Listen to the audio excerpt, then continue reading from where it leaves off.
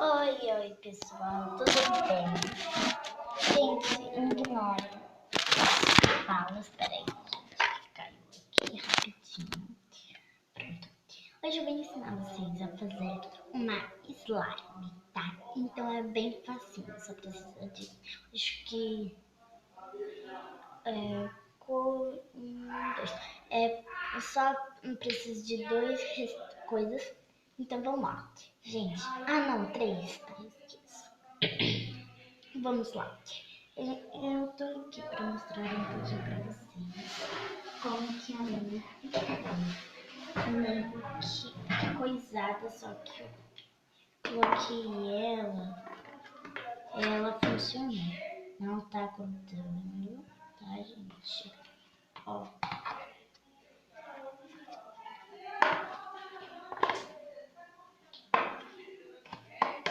Gente, você vai precisar de maisena, tá?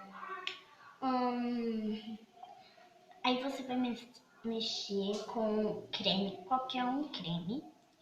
Vai mexendo. Depois você vai colocar qualquer uma pasta e vai mexendo. E depois vocês vão pegar, vai colocando um pouquinho mais de farinha. Não farinha, tá, gente? Eu falo farinha. Maisena. E vai colocar no congelador. Que aí eu tinha colocado no congelador. Vamos lá. Agora eu vou colocar mais um pouquinho de pasta.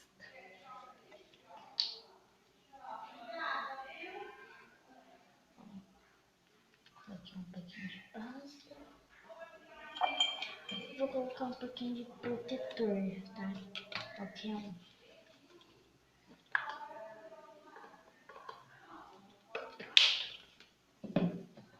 Vamos mexer.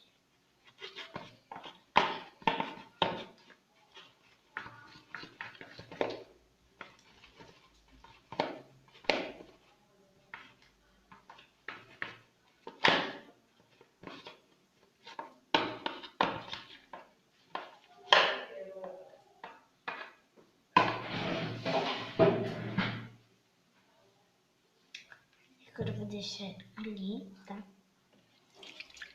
Um pouquinho. Então, peraí. Peraí, gente. Então já dá um like, se inscreve no canal aqui embaixo. Então, vamos lá. Eu vou fazer uma meta de 40 likes, tá? Eu vou deixar no freezer e depois eu vou... Desculpa. Eu vou deixar ele lá no freezer e depois vou deixar numa área bem abafada, tá? Então... e se vocês quiserem colocar corante, sei lá, vocês colocam. Então, vamos esperar um pouquinho. E tem que esperar 15 minutos, tá? Então...